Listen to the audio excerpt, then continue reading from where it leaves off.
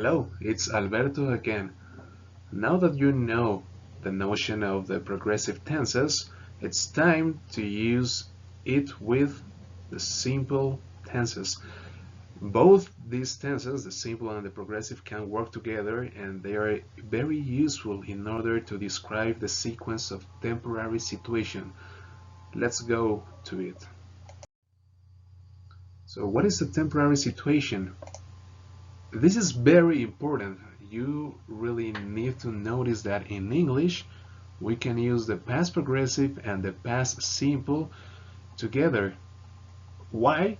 Because maybe we need to talk about an action that happened while another action was happening. The past progressive refers to a longer situation, that is, let's say, the background. And then the past simple refers to a shorter event that happened in the middle of the longer action, or that interrupted it. When they are used together, the past simple and the past progressive can give more information about a scene.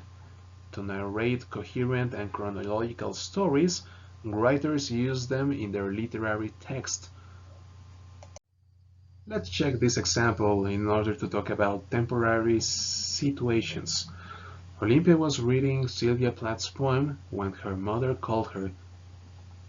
Let's first talk about Sylvia Plath. She was an American writer who lived in the 20th century.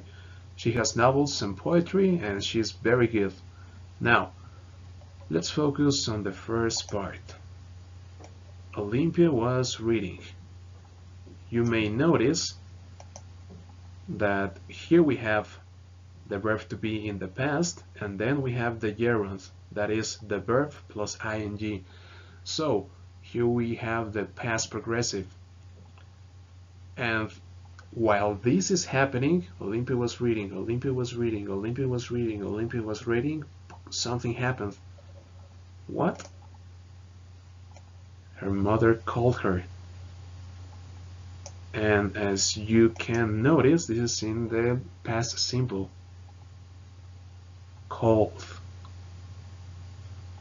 So, in order to recreate a temporary situation, we have to use both tenses, the progressive and the simple.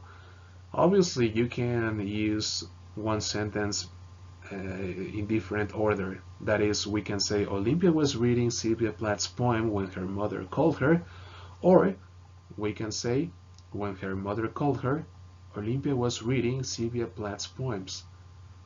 The point is that you notice that this one is the background, and this one is like a very specific thing that happened. And then you have a temporary chronology.